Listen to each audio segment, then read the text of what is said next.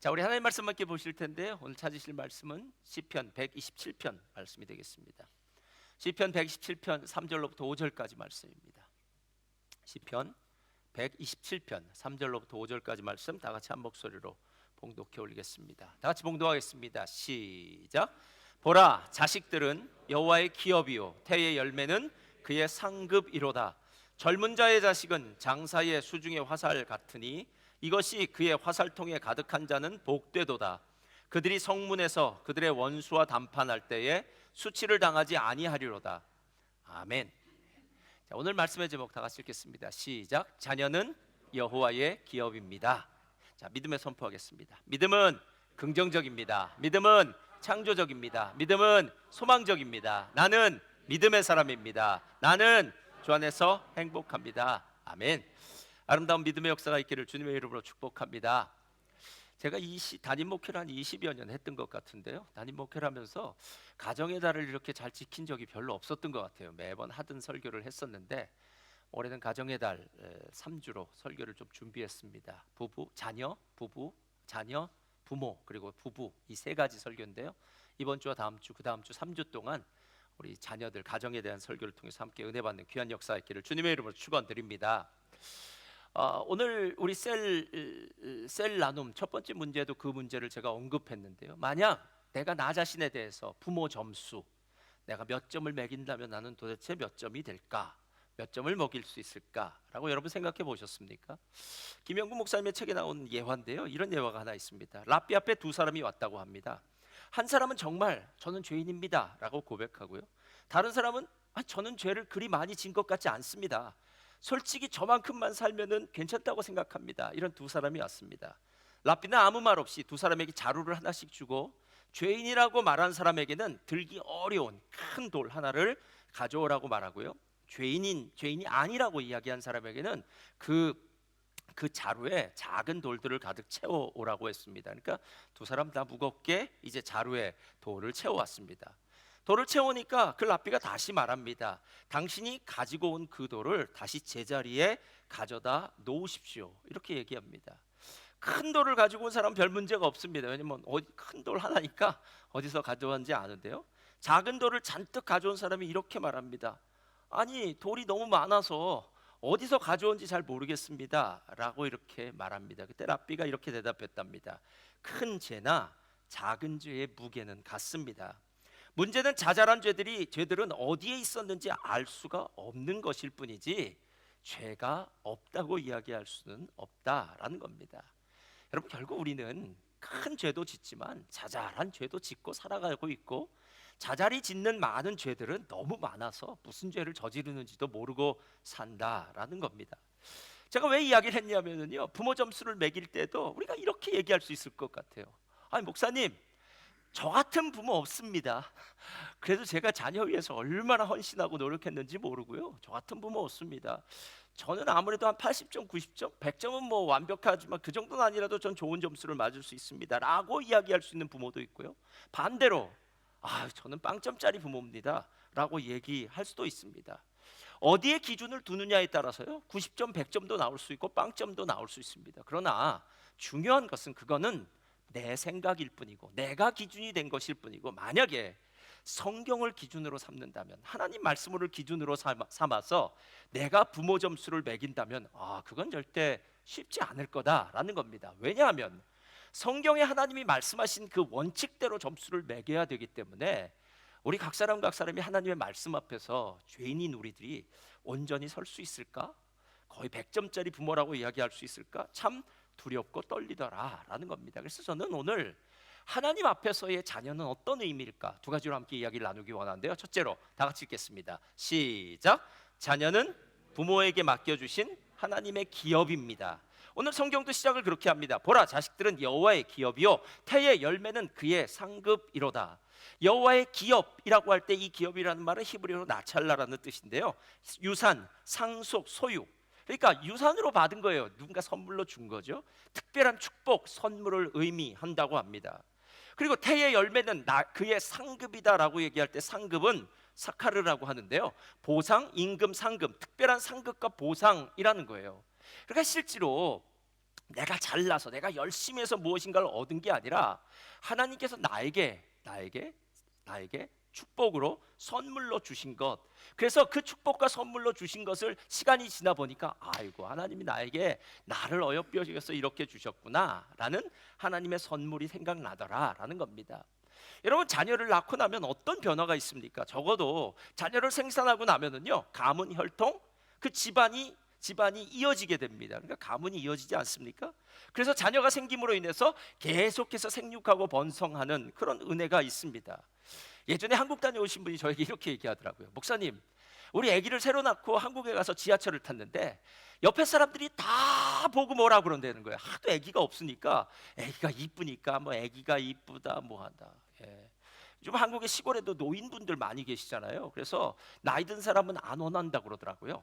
아기 엄마들, 아기 아빠들이 오면은 그냥 노인분들이 이렇게 아기를 좋아한다고 합니다. 실제로 제가 보기에도 그런 것 같아요. 저도 지난주에는 우리 2명 아기 신방도 새로 탄 신생아도 신방했지만요, 아기를 보면서 인상 쓰는 사람은 없습니다. 아무리 근엄한 사람이라도 아기를 보면은 왜 그런지 웃으면서 그 뭐 웃음을 미소를 지으면서 아기를 얼르는 그런 모습을 보면 새롭게 주신 생명이, 그 자녀가 그 가정에는 기쁨이 되는 것, 이게 은혜가 아니겠느냐라는 거예요. 그래서 실제로 자녀를 주셨다라는 그 사실, 선물로 주셨다라는 그 사실이 그 가정에, 그 부모에게는 축복이다라는 겁니다. 근데 성경 거기서 끝나지 않고요, 4절에 보니까 젊은 자의 자식은 장사의 수중에 화살 같아서 화살통에 화살이 많으면 성문에서 원수들과 담판할 때에 수치를 당하지 않는다라고 얘기해요.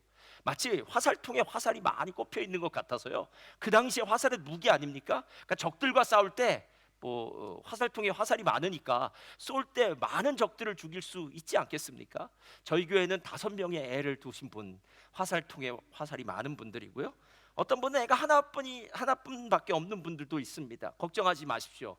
우리 집에는 화살통에 수류탄이 담겨 있는 겁니다. 던지면 크게 터지면 되잖아요. 중요한 것은 자녀가 원수들과 담판할 때에 수치를 당하지 않을 정도로 부모에게는 큰 위안이 되고요, 힘이 되고 능력이 되더라라는 거예요. 저는 이 장사의 수중에 화살 같다라는 이 얘기 들을 때마다 옛날 생각이 나요. 제가 처음 이민을 갔는데 그 당시 남미에서 경제 사정이 상당히 좋지 않았습니다. 그래서 그 가정이 자녀가 많았어요. 여러 명 자녀가 있는데 봉제 공장을 이렇게 운영했습니다. 그러면서 가족이 함께 미싱을 하고 봉제 공장을 했는데 그 당시에 돈을 많이 못 벌었어요. 그래서 상당히 어려웠어요. 그러고 나서 한 2년 정도 지나서 그분들이 미국으로 이주했습니다. 제가 미국으로 이주한 다음에 뭐 이야기를 듣지 않겠습니까? 이 미국으로 이주한 성도들 많으니까. 들었는데 몇 년 지나고 나니까 그 집이 떼돈을 벌었다는 거예요. 그래서 어떻게 떼돈을 벌었냐라고 물었더니 가족이 많지 않습니까?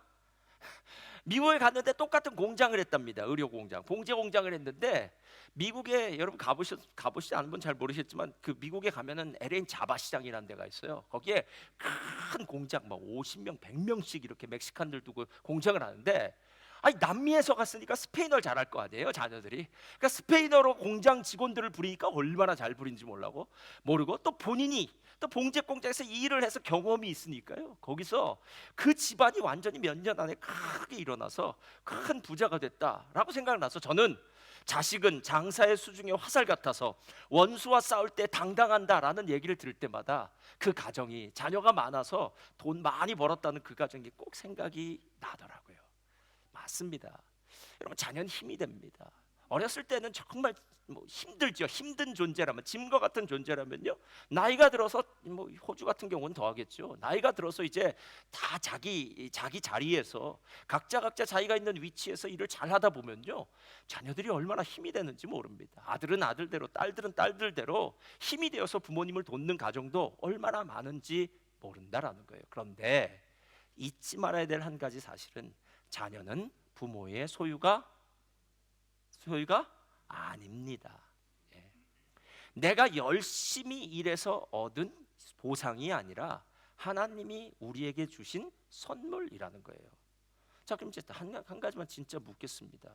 여러분, 그 선물에, 특히 부모님들만 대답하세요. 우리 자녀들은 대답 안 해도 돼요. 네. 자, 여러분은 하나님이 주신 선물을 최고의 선물이라고 생각하십니까? 아니면 옆집 아무개 집사님이 가진 선물이 더 좋은 것 같다고 생각하십니까? 예? 아니 우리는 우리 집 자녀들을 보면은 아유 주여 저건 누구에게서 났길래 하면서 이건 내 쪽이 아니라 당신 쪽이야 하면서 이렇게 얘기하고요. 아유 사고뭉치 짐덩어리, 아유 정말 진짜 힘들어. 그런데 옆집 아이를 보니까 아유 쟤는 뭐 부모님 뭐 요번에 자기 용돈 털어서 부모님 생일 선물을 사줬다고 얘기를 하고 뭐 부모님에게 한 얘기 들으니까 아유 저 집 아이는 저 집 부모는 참 좋겠다. 여러분 뭐 이런 생각하지 않으십니까? 뭐 안 하리라고 저는 확신합니다. 예. 그런데 중요한 것은 분명히 하나님이 주신 최고의 선물임에도 불구하고 우리 마음 가운데 그런 생각이 안 든다는 거예요. 그런데 실제로 안 드는 이유는 하나입니다. 믿음이 약해서 그래요. 그러니까 내 원칙이 달라서 그래요. 세상적인 원칙으로 보면은 잘난 건 못난 것이 판명될 수 있을지 몰라도 하나님의 원칙에선 그렇지 않아요. 대부분의 모든 문제들을 해결하기 위해서는 전도서를 가면 됩니다. 전도서가 모든 지혜가 집대성된 지혜가 다 거기 담겨져 있어요. 우리 전도서 말씀 함께 읽겠습니다. 3장 11절 다 같이 읽겠습니다. 시작. 하나님이 이 모든 것을 지으시되 때를 따라 아름답게 하셨고 또 사람들에게는 영원을 사모하는 마음을 주셨느니라. 그러나 하나님이 하시는 일의 시종을 사람으로 측량할 수 없게 하였도다. 세 가지예요. 첫 번째, 하나님, 잠깐 펴주시고요. 하나님이 모든 것을 지으시되 때를 따라 아름답게 지었다라고 얘기해요. 창세기 1장 아십니까? 하나님이 첫 번째 날, 두 번째 날, 세 번째 날 빛을 창조하시고 뭘 하시고 하면서 마지막에 뭐라고 하고 계십니까? 하나님이 보시기에 좋았더라. 여러분 하나님의 창조도 완벽해요. 하나님이 우리의 자녀들이죠. 자녀를 만들어서 우리에게 선물로 주실 때 하나님이 우리의 자녀를 보시면서 이거 미완성이야. 잘못된 거야. 예? 뭐 도자기로 군다면 덜 구워졌어. 유약이 덜 칠해졌어. 이런 식 없다라는 거예요. 그러니까 하나님이 만드신, 하나님이 우리에게 허락하신 자녀들은 모두 완벽해. 여기 아름답다라는 말이 참 중요합니다. 아름다운 거는요 신미한적이라고 얘기하는데요, 정말 보기도 아름답지만 아름다운 정도가 아니라 선하다, 좋다, 와 소리가 나는 작품이라는 겁니다. 저를 따라서 말합니다. 우리의 자녀는 아름다운 선물입니다. 여러분 이 사실, 이게 하나님이 하신 말씀이에요. 그런데 왜 그 선물을 주셨는지 아십니까? 두 번째 예가 있어요.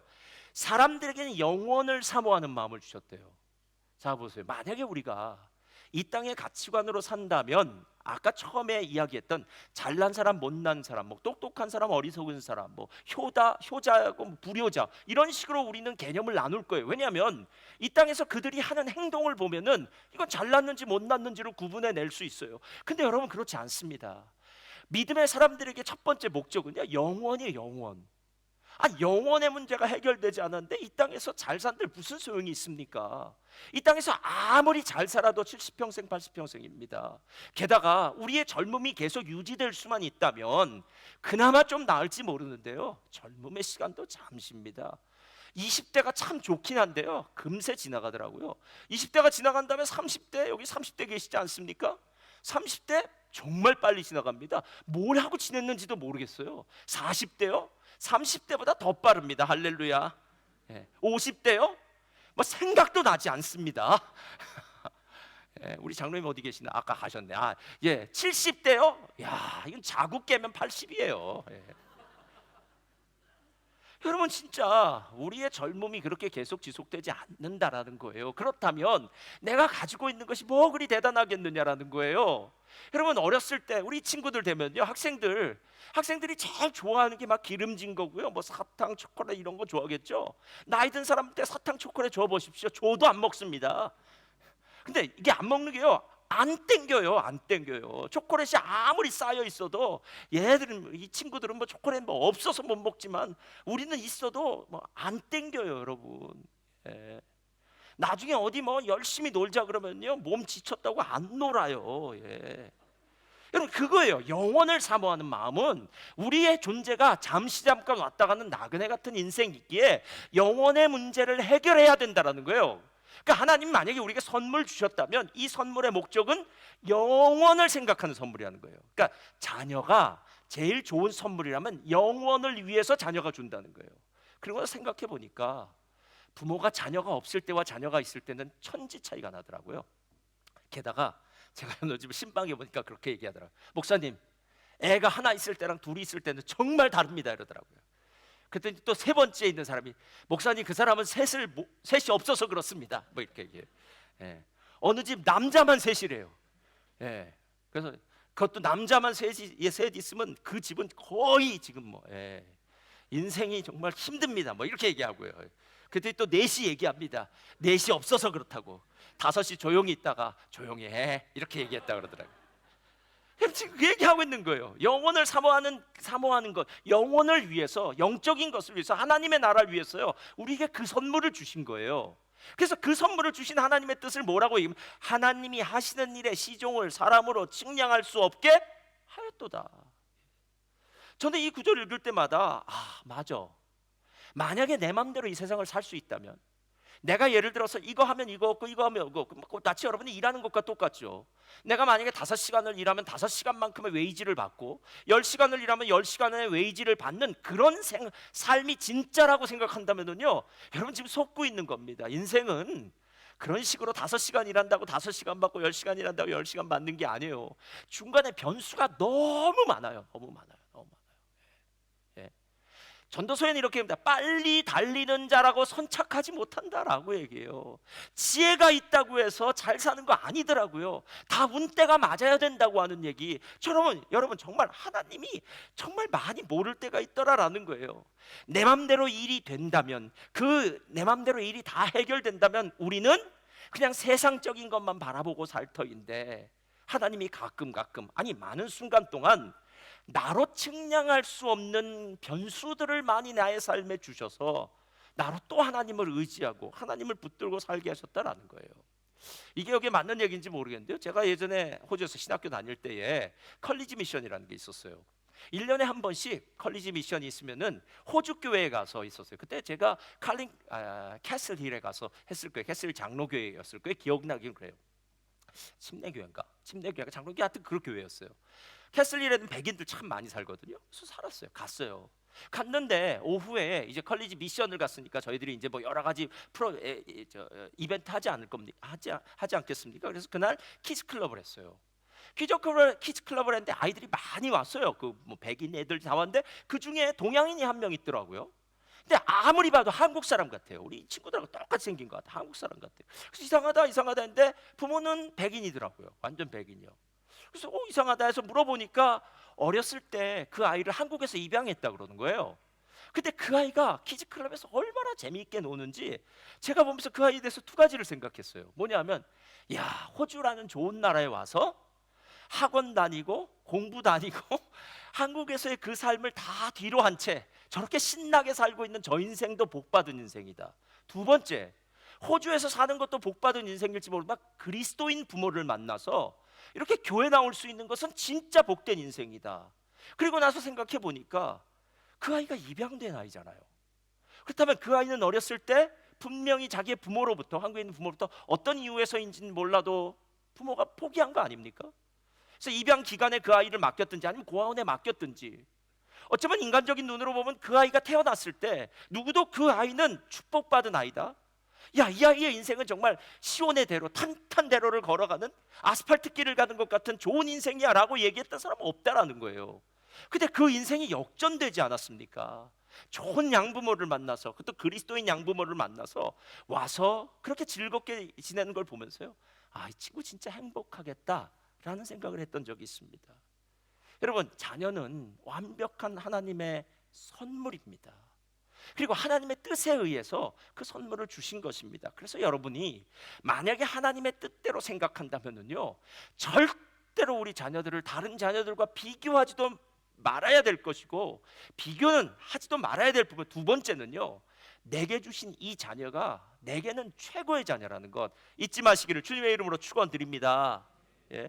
그래서 최고의 자녀라고 생각해야 돼요. 그런데 문제는 우리 대한민국처럼 교육 열풍이 있는 이런 나라의 부모들은 자기 소유라고 생각하는 착각을 할 때가 많다는 거예요. 자기 하나님이 주신 선물인데, 최고의 선물인데 내 소유라고 생각해. 왜? 이 자녀에게 자기의 모습을 투영시키는 거죠. 자기가 지금까지 못다한 꿈을 이룰 수 있도록 자녀에게 무언가를 요구하는 거죠. 교육에 열풍이 불었다는 것은요, 자녀에게 최고의 교육을 시켜주어서 경제적인 희생, 이거 말할 것도 없습니다. 삶의 희생, 시간의 희생, 무슨 희생, 부모의 모든 전 인생을 거기다 다 갈아 넣어서 자녀의 성공을 위해서 살아가고 자녀가 잘 돼야 되는 것. 얼마 전에 어디 보니까 너는 내 프라이드야, 너는 내 자존심이야, 이렇게 얘기하듯이 부모가 모든 것을 집어넣는 이유가 자기 소유라고 생각해서 그러는 건 아니겠느냐라는 거예요. 여러분, 그 마음 버리셔야 됩니다. 그 마음 버리셔야 됩니다. 내 소유가 아닙니다. 하나님의 소유입니다. 그래서 하나님의 소유라면은요, 생각이 달라져야 돼요. 만약에 여러분의 소유라면 여러분 마음대로 키우십시오. 여러분이 어떤 헌신을 하던 어떤 희생을 하던 어떤 길을 인도하는 건 여러분 마음대로 하십시오. 그러나 하나님의 소유라면 좀 다르게 해야 될 거 아닙니까? 마태복음 1장을 보면은요, 저는 마리아의 남편, 예수님의 육신의 아버지인 요셉이 이렇게 훌륭한 사람인지 몰랐어요. 요셉을 이렇게 얘기해요, 성경엔. 그 당시에는 한 16살쯤 되면 정혼을 하고 결혼을 하니까요. 그 당시 사람들은 요셉은 의인이라고 이야기하고요. 어느 날 정혼을 했는데 자기의 정혼한 아내인 마리아가 임신을 했다는 소식을 들은 거예요. 여러분, 한국 속담 중에 아니 땐 굴뚝에 연기 납니까? 여러분, 이 말 하면 할 말 없습니다. 아닌 땐 굴뚝에 무슨 연기가 납니까? 아니, 처녀가 임신해도 할 말이 없습니다. 이건 말도 안 되는 일이에요. 이건 말도 안 되는 일이 벌어진 거예요. 그래서 의인인 요셉은 이렇게 얘기해요. 이를 알고 조용히 끊고자 하되, 이렇게 얘기해요. 그는 의인이기 때문에 그래요. 근데 저는 의인이 조용히 끊어서 의인인 줄 알았어요, 지금까지. 근데 바로 그때 그의 꿈에 천사가 나타납니다. 두 가지를 얘기해요. 첫 번째, 아내 마리아 데려오기를 두려워하지 말라. 마리아가 잉태한 것은 성령으로 잉태한 거야 라고 얘기해요. 두 번째, 아들을 낳으리니 그 이름을 예수라 하라. 이렇게 두 가지를 해요. 자, 오늘 본문 펴주세요. 1장 24절 다 같이 읽겠습니다. 시작. 요셉이 잠에서 깨어 일어나. 자, 잘 보세요. 요셉이 뭐 해서요? 잠에서 깨어 일어나자마자 뭐 했어요? 그 다음 시작. 주의 사자의 분부대로 행하여 그의 아내를 데려왔으나, 그 다음 절이요, 아들을 낳기까지 동침하지 아니하더니 아들 낳음의 이름을. 자, 여러분, 요셉이 얼마나 의로운 사람인지 아시겠죠? 우리는요, 하나님 말씀 듣고는 여러분 그 자리에 순종하십니까? 만약에 여러분이 정혼한 아내가 지금 임신을 했습니다. 하나님이 이렇게 꿈에 나타나서 말씀하십니다. 네 아내가 임신한 건 성령으로 잉태한 거야 라고 얘기합니다. 그럼 우리 뭐라고 얘기해요? 하나님, 그런 소리 마십시오. 어떻게 그런 일이 벌어질 수 있겠습니까? 말도 안 됩니다. 왜 납니까? 예? 왜 우리 집안입니까? 저는 도저히 인정할 수가 없습니다. 여러분, 이런 고민 안 할까요? 예? 여러분, 이거 다른 문제가 아닙니다. 정혼한 처녀가 임신을 했답니다. 예. 말도 안 되는 일이 벌어졌습니다. 그런데 하나님의 말씀이 들려지는 그 순간 순종하지 않아요. 하나님의 말씀이 들려지는 그 순간 순종해서 마리아를 데리고 오고, 그리고 난 다음에 이름을 예수라 붙이는 거 아닙니까? 내가 원하는 이름을 붙이는 것이 아니라 하나님이 이 자녀에게 진짜 붙이고 싶은 그 이름을 붙여주는 이 요셉이야말로 진짜 의로운 사람 아니겠느냐라는 거예요. 누구나 자기 인생이 자기에게 달려있지 않고 하나님 손에 있다면 삶의 방법을 다르게 해야 됩니다. 만약에 내 자녀가 내 손에 달려있는 것이 아니라 하나님의 손에 달려있다면요, 실은 달라져야 돼요. 제가 설교를 준비할 때 3번의 기도를 합니다. 설교를 준비할 때 3번의 기도는 뭐냐면, 첫 번째, 설교를 준비할 때요, 하나님, 오늘 말씀은 어떤 말씀을 어떻게 전해야 될까요? 라고 기도를 하면 하나님이 때때로 뭔가 가르쳐 주세요. 그럼 이렇게 전하면 되겠다. 그러면 그 기도를 하고 난 다음에 열심히 또 준비를 해요. 그리고 난 다음에 집에 있는 쿠쿠밥솥이 중간에 그러다가 이렇게 얘기해요. 쿠쿠가 이제 뜸들이기를 시작합니다. 두 번째 기도는 이제 제가 준비하고 난 뒤에 뜸들이는 기도를 하는 거예요. 제가 준비했지만 이거 설 익은 밥이기 때문에 성령님 뜸들여 주십시오 하고 뜸들이는 기도를 드려요. 그리고 설교 준비가 맞춰져요. 그런데 더 중요한 기도는 마지막에 드려요. 설교를 다 준비하고 나서 설교단에 올라가기 전에 먼저 성령님께 이렇게 기도합니다. 제가 준비한 모든 것은 열심히 준비했지만 하나님, 이 단에서는 성령님이 온전히 인도해 주셔서 성령님이 원하시는, 하나님이 원하시는 말씀만 전하게 해 주십시오. 시작도 중간도 끝도 하나님을 의지한다는 거예요. 이게 오늘 의지하는 거예요. 여러분, 자녀가 하나님의 소유라면 하나님을 의지해야 됩니다. 하나님을 의지하고 하나님께 물어봐야 됩니다. 그래서 두 번째는 이거예요. 다 같이 읽겠습니다. 둘째로 시작. 하나님의 소유를 맡은 자, 하나님의 소유이기 때문에 하나님이 왜 내게 맡겨주시는지를 알아야 돼요. 하나님의 기업을 부모에게 맡기신 이유는 부모로 자녀의 인도자가 되게 하기 위함이에요. 이걸 청지기의 사명이라고 합니다. 마치 선교 여행을 떠날 때 선교팀을 인솔하는 전도사님에게 제가, 아니 부모님들도 그렇게 얘기할게요. 전도사님, 우리 아이들 맡깁니다.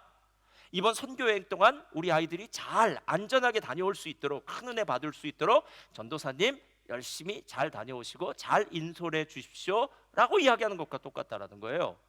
그러니까 하나님이 나에게 그 자녀를 맡겨주신 이유는 내가 선한 청지기가 되어서 하나님의 최고의 선물을, 하나님은 나를 알고 계시기 때문에 나밖에 없어요. 다른 사람은 안 됩니다. 내가 그 자녀를 잘 믿음으로 이끌 수 있는, 자녀의 인생에 가이드를 할 수 있는 사람이 되어야 된다라는 거예요. 그럼 가이드를 어떻게 해야 되느냐? 신명기 6장에 바로 이 이야기가 나와요. 신명기 6장 4절부터를 일컬어 쉐마라고 얘기해요. 쉐마는 히브리어로 들으라 이거. 쉐마 이스라엘, 들으라 이스라엘아, 하나님은 유일하신 분이니 너는 마음을 다하고 뜻을 다하고 힘을 다하여 내 하나님 여호와를 사랑하라. 내가 오늘 내게 명하는 이 말씀을 내 마음에 새겨라. 유대인들은 이 말씀을 하루에 2번씩 기도해요. 그래서 이스라엘아, 들으라 이스라엘아, 나는 유일한 하나님이니 너는 나를 사랑해라 라는 이 말이에요. 그런데 오늘 말씀 보니까 6장 6절에 오늘 내가 네게 명하는 이 말씀을 너는 마음에 새겨라 라고 얘기해요. 그러니까 다른 거 하는 말이 아니라 하나님을 사랑하는 마음으로 새겨라. 하나님 사랑. 제가 요한일서를 이렇게 함께 설교하면서 크게 느꼈던 건 뭐냐면요, 요한일서를 보면서 우리는 우리의 힘으로 이웃을 사랑할 수가 없어요. 하나님의 사랑이 우리에게 부은바될 때에 우리가 통로가 되어서 다른 사람을 사랑할 수 있습니다. 여러분, 누군가를 미워하십니까? 누구한테 섭섭하십니까? 누군가에게 오해가 되어서 화가 나십니까? 여러분의 힘과 능력으로는 절대로 사랑할 수 없습니다. 하나님의 폭포수 같은 사랑이 내게 올 때 비로소 그 사랑에 덧입혀져서 사랑할 수 있는 존재가 된다라는 거예요. 그러니까 부모가 먼저 해야 될 일은 무엇이냐면 내 안에 하나님의 사랑으로 채우라는 거예요. 색이라는 말은 다른 건 몰라도 좋다 이거예요. 일을 잘하는 거, 세상을 잘 사는 거, 돈 잘 버는 거, 이거 말고 하나님 사랑이 내 안에 새겨져야 된다는 거예요. 그리고 난 다음에 7절에 이렇게 얘기합니다. 7절 다 같이 읽겠습니다. 7절 시작. 부지런히 가르치며 집에 앉았을 때든지 길을 갈 때든지 누워 있을 때든지 일어날 때든지 말씀을, 자, 부지런히 가르치라는 얘기예요. 뭘 가르치라고요? 하나님 사랑이에요. 하나님 사랑. 그런데 그냥 가르치면 지식적인 것이 되니까 부모의 삶으로 가르치라는 거예요. 저는 이 문자를 묵상하다 이런 생각이 들었어요. 야, 부모가 진짜 자녀에게 해줄 수 있는 유일한 건 이거 한 가지밖에 없겠다.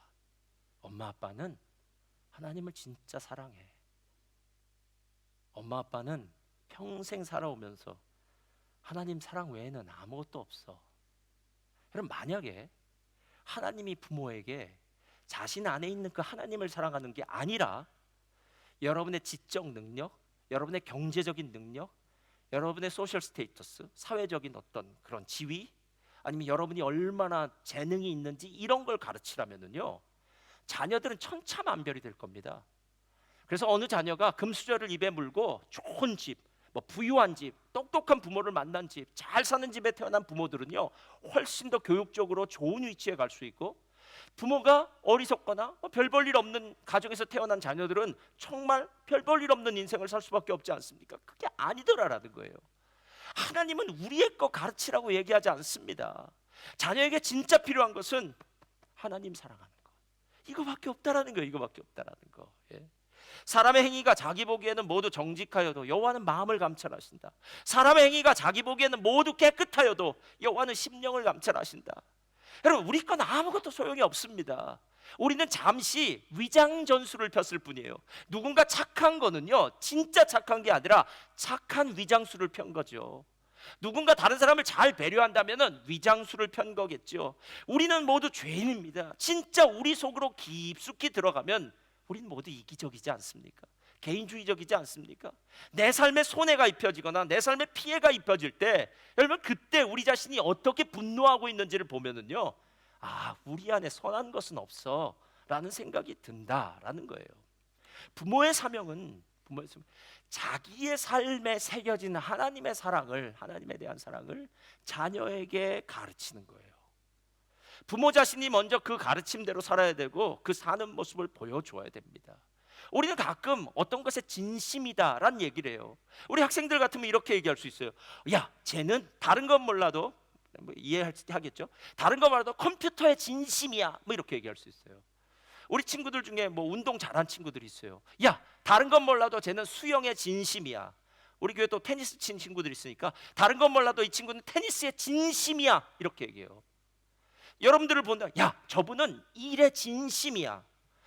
저분은 차에 진심이야. 예. 아직 뭐 어떤 게 진심인지 모르겠어요. 어떤 분은 저 사람은 먹는 거에 진심이야. 이렇게 다 진심이 있어요. 진심이 있어요. 그럼 제가 이제 설명해 드릴게요. 진심이 아닌 것에 돈을 쓰면 다 아까워요. 그리고 진심이 아닌 것에 시간을 쓰면요, 다 아까워요. 근데 이상하죠? 진심이라고 부르는 것엔 돈을 어마어마하게 낭비해도 안 아까워요. 그래서 차에 진심인 사람은 차를, 비싼 차를 사요. 정말 뭐 풀옵션으로 사겠죠. 남들에게 보여줘야 돼요. 차는 내 진심이니까. 어떤 분이 드라이브의 진심이라고 얘기한다면요, 이분은 시간이 아무리 없어도 자는 시간도 쪼개서 드라이브를 할 줄 믿습니다. 그러면서도 피곤하지 않다고 얘기해요. 왜? 진심이니까요. 어떤 분이 먹는 것에 진심이라고 얘기한다면 이분은 저 멀리 시골에 있는 맛집도 찾아다닐 거예요. 여러분, 각자 이게 진심이라고 하는 일을 위해서는 뭐 돈을 들이고 시간을 들이고 뭐 수고를 들여도 하나도 아깝다고 생각하지 않아요. 근데 오늘 성경이 이야기하는 게 무엇입니까? 자녀를 키우는 부모님이라면 말씀의 진심이 되어야 되지 않겠냐? 하나님의 사랑의 진심이어야 되지 않겠냐? 나 다른 건 몰라도 나 하나님 사랑한다. 나 하나님 진짜 사랑한다. 예. 그래서 우리 엄마 아빠는 진짜 하나님 사랑하는 것 같아. 야, 그렇게 자녀들의 입에서 그 말이 나왔다면요, 그 부모는 성공한 겁니다. 호세아 선지자는 북이스라엘 선지자였습니다. 북이스라엘은 당시 강대국이었어요. 남유다보다 훨씬 경제적으로 강력했습니다. 외교적으로도 군사적으로도 강력했어요. 그래서 나중에 남유다를 얼마나 힘들게 했는지 몰라요. 근데 그 북이스라엘이 하나님이 언제나 선지자들을 보내서 영적으로 타락한 부분에 대해서 책망하고 경고했어요. 호세아서 4장 6절을 보면 이렇게 얘기합니다. 내 백성이 지식이 없음으로 망하는도다. 내가 지식을 버렸으니 나도 너를 버려 내 제사장이 되지 못하게 할 것이요, 내가 내 하나님의 율법을 잊었으니 나도 내 자녀들을 잊어버리리라. 여러분, 이 말씀 여러분 진짜 보셔야 됩니다. 만약에 부모 점수를 진짜 매긴다면요, 하나님의 말씀으로 부모 점수를 매긴다면 이 말씀 보고 부모 점수를 매겨야 됩니다. 그럼 여러분이 진짜 몇 점인지가 드러나요. 내 백성이 지식이 없음으로 망한다. 하나님 사랑하는 게 얼마나 중요한지 모른다라는 거죠. 하나님 사랑보다 세상에서 좋은 교육을 받고 이번에 VC를 뭐 좋은 점수를 받아서 좋은 대학을 일단 가면 1단계는 성공한 거예요. 일단 좋은 학과를 들어가고 그다음에 일단 대학을 잘 나오면 2단계 좋은 직업을 얻게 되면, 그래서 좋은 연봉을 받게 되면, 그러면 2단계 성공한 거예요. 여러분, 실제로 우리 모두가 세상 사람들의 가치관을 가지고요, 말은 안 해도 다 비슷한 길을 걸어가고 있다라는 거예요. 근데 진짜 하나님이 우리들에게 말씀하신 게 뭔지 아십니까? 야, 내 백성이 나를 아는 지식이 없구나. 사도 바울에게 있어서 최고의 동역자, 영적 아들이라고 말하는 사람이 디모데입니다. 디모데후서 3장 15절 16절은 말씀에 대해서 가장 최고봉이라고 얘기한 구절이 나왔어요. 모든 성경은 하나님의 감동하심으로 된 것으로, 이렇게 해서 교훈과 책망과 바르게 함과 의로 교육하게 이는 하나님의 사람으로 온전케 하여, 뭐 이렇게 얘기 나오는 구절이에요. 디모데가 진짜 하나님의 사람이에요. 디모데가 한자 사람이에요.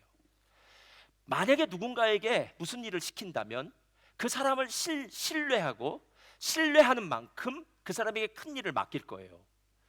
사도 바울이 1차, 2차, 3차 전도행을 통해서 개척한 교회들이 많이 있어요. 어떤 교회들은 작고 어떤 교회들은 크고 대도시에 있는 교회들도 있었고 작은 도시에 있는 교회들도 있었어요. 근데 에베소 교회는 정말 큰 도시였어요. 어마어마한 도시였어요. 영적 전쟁도 아주 심각한 도시였어요. 근데 이 영적 전쟁이 심각한 이 도시에 사도 바울이 누굴 보내느냐 하면 디모데를 보내요. 디모데를 보내요. 그리고 말씀에 창념하고 말씀을 가르치라고 얘기해요. 근데 이 디모데가 사도 바울에 의해서 말씀을 배운 게 아니더라는 거예요. 1장 5절 한번 다 같이 읽겠습니다. 1장 5절 6절 다 같이 읽겠습니다. 1장 5절 시작. 이는 거짓이 없는 믿음이 있음을 생각함이라. 이 믿음은 먼저 내 어머니 유니게 속에 있더니 내 속에도 있는 줄을 확신하다. 자, 믿음은 들음에서 나고 들음은 그리스도의 말씀으로 말미암는다잖아요. 여러분, 누군가 믿음이 있다고 하면요 말이 필요 없습니다. 믿음이 있는 사람은 말씀이 있는 거예요. 그리고 말씀에 순종하는 게 믿음입니다. 아까 요셉처럼요. 나는 도저히 이해할 수 없어요. 이런 일이 우리 가정에 왜 일어났는지 모르겠습니다. 아니, 보통 사람 이런 거 어떻게 이해합니까? 라고 얘기할 때 요셉은 천사의 말을 듣고 그 다음에 즉시 일어나 마리아를 데리고 오고 그 아들의 이름을 예수라고 하나님이 가르쳐 주신 대로 지을 수 있는 거, 이게 믿음이라는 거예요. 그런데 사도 바울이 디모데에게 말할 때 이렇게, 내 속에, 난 디모데 속에 거짓이 없는 믿음이 있구나, 이렇게 얘기해요. 말씀이 있다는 얘기죠. 근데 그거 알아? 디모데에게 있었던 그 믿음은 그의 엄마한테도 있었고 그의 외할머니한테도 있었어 라는 얘기예요. 외할머니와 외할머니를 왜 엄마와 외할머니를 얘기했을까? 이유가 있어요. 디모데의 아버지는 헬라 사람이었어요. 디모데의 엄마는 유대인이었어요. 헬라인이 유대인과 결혼을 한 거예요. 근데 유대인의 교육은 엄마가 시키는 거예요. 그러니까 엄마가, 유대인은 모계거든요. 엄마가 하나님의 말씀을 믿고 살았더니 그 아들 디모데도 하나님 말씀대로 살더라는 거예요. 근데 그 엄마가 하나님 말씀대로 살았던 이유는 그 엄마의 엄마인 외조모 로이스가 하나님 말씀대로 살았다는 거예요. 그러니까 믿음이 유산으로 이어져 갔다는 거죠. 로이스가 청지기처럼 하나님의 말씀을 가슴에 새기고 쉐마 이스라엘, 그 말씀을 가슴에 새기고 하나님 사랑을 살았더니 그 딸인 로이스 유니게가 그 마음속에 새겼고, 그 유니게 마음속에 새겼더니 아들인 디모데 마음 가운데 새겨졌다는 거 아닙니까? 이거 얘기하고 있는 거예요. 이거 얘기하고 있는 거예요. 어느 분이 저한테 그러더라고요. 목사님, 제가 이 교회 처음 나왔는데 우리 부모님이 상당히 좋아할 것 같습니다. 그래서 왜요? 그랬더니 부모님이 한국에서 정말 기도 많이 하셨대요. 부모님이 권사님이신데 우리 아들 이민 가서 제발 교회 다녔으면 좋겠는데 교회 안 다니고 방황하는 모습 보면서 너무너무 힘들었는데 목사님이 이 교회 와서 정착했다고, 우리 부모님이 제일 좋아하신다고. 여러분, 부모님이 예수님 믿고 기도하는 부모님이라면 최고의 부모님입니다. 왜 기도할까요? 청지기 때문에 그렇습니다. 피곤이요? 피곤해도 기도하겠죠. 내 자녀의 영혼을 위해서라면요. 내 삶에 하나님을 향한 믿음, 하나님을 사랑하는 마음이 있다는 걸 그렇게라도 표현해야죠. 엄마는 너를 위해 기도한다. 엄마는 하나님께 너를 위해 눈물로 기도한다. 엄마는 네가 하나님을 사랑했으면 좋겠다. 여러분, 다른 무슨 말이 필요하겠습니까? 차이티 앞으로 나와주시고요. 5월은 가정의 달입니다. 어쩌면 우리가 줄 수 있는 게 하나밖에 없어요. 여러 개 주려고 생각하지 마시 바랍니다. 세상의 모든 것들은 다 헛되고 헛됩니다. 하나님을 만났을 때 모든 게 의미가 담겨지기 시작하고요. 하나님 없이 성공하는 것, 하나님 없이 부자가 되는 것, 하나님 없이 건강한 것, 하나님 없이 잘 놀고 잘 사는 것, 이게 무슨 의미가 있겠습니까? 한 번 죽는 것은 사람에게 정한 것이요 죽고 난 다음에 심판이 있다고 하는데요, 심판대 앞에 설 수 있는 준비가 되어 있는 사람이 행복한 사람이고요, 그 사람이 이 땅에서의 하루하루를 정말 복된 삶을 삽니다. 내일은 월삭기도회입니다. 월삭기도에 대해서 여러분들 많이 할 거예요. 5월 첫째 주 월요일은 한 달에 한 번입니다. 월삭 새벽기도회. 한 달을 믿음으로 시작하십시오. 기도로 시작하십시오. 하나님을 사랑함으로 시작하십시오. 그리고 그 사랑이 여러분의 자녀들에게도 이어지기를 주님의 이름으로 축원드립니다.